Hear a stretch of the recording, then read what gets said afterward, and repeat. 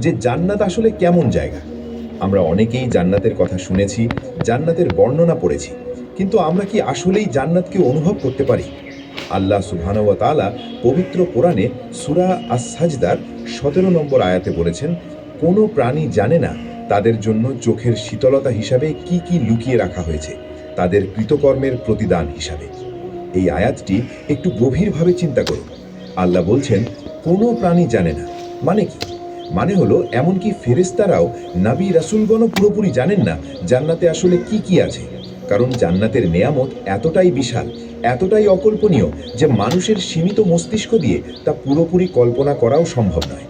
হাদিসে কুদসিতে আল্লাহ তাআলা বলেছেন, আমি আমার নেককার বান্দাদের জন্য এমন সব নেয়ামত প্রস্তুত করে রেখেছি যা কোনো চোখ কখনো দেখেনি, কোনো কান কখনো শোনেনি এবং কোনো মানুষের অন্তরে তার কল্পনাও কখনো উদিত হয়নি।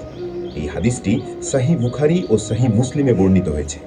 এখন চিন্তা করুন, আমরা দুনিয়াতে সবচেয়ে সুন্দর যা দেখেছি, সবচেয়ে মধুর যে সুর শুনেছি, সবচেয়ে সুস্বাদু যে খাবার খেয়েছি, সবচেয়ে আরামদায়ক যে অনুভূতি পেয়েছি, এগুলো সবকিছু মিলিয়েও জান্নাতের নেয়ামতের কাছে কিছুই না।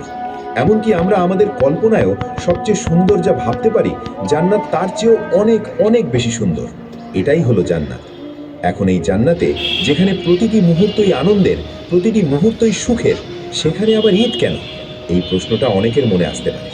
দেখুন, যদিও প্রতিটি মুহূর্তই আনন্দের, কিন্তু আল্লাহ সুবহানাহু ওয়া তাআলা এতটাই দয়ালু, এতটাই মেহেরবান যে তিনি জান্নাতেও তার বান্দাদের জন্য কিছু বিশেষ দিন, বিশেষ মুহূর্ত রেখেছেন যেখানে সাধারণ দিনের চেয়েও অনেক বেশি আনন্দ থাকবে, অনেক বেশি নেয়ামত থাকবে। জান্নাতের ঈদ হলো সেই বিশেষ দিনগুলোর মধ্যে একটি।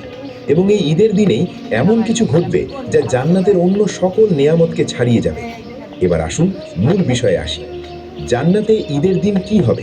এই বিষয়ে বিভিন্ন হাদিসে বর্ণনা এসেছে।